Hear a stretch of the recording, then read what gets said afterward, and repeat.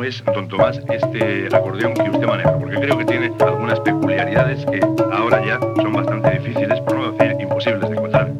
Sí, es un poco difícil esto al cabo de años, se aprende un poco a tocar, pero nunca bien se puede aprender, nunca bien, porque al cabo de años, teniendo afición se aprende, pero ya se va perdiendo, ya quedan unos pocos ya para estas acordeones.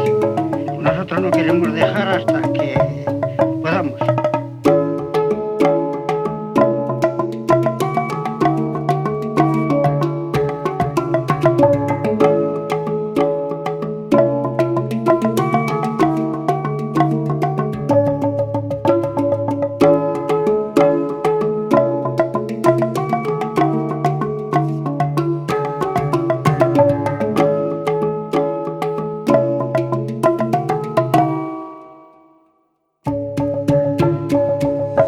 Llevo yo tocando desde que tenía 15 años.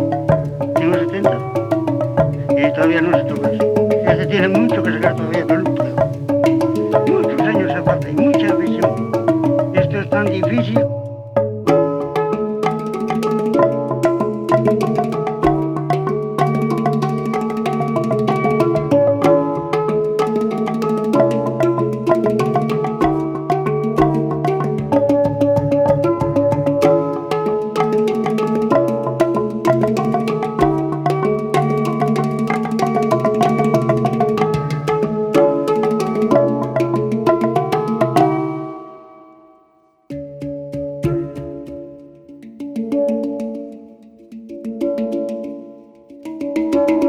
Y dejar aquí unas jotas cambiadas. Esta ha sido una y tenemos otras dos o tres. Son muy bonitas.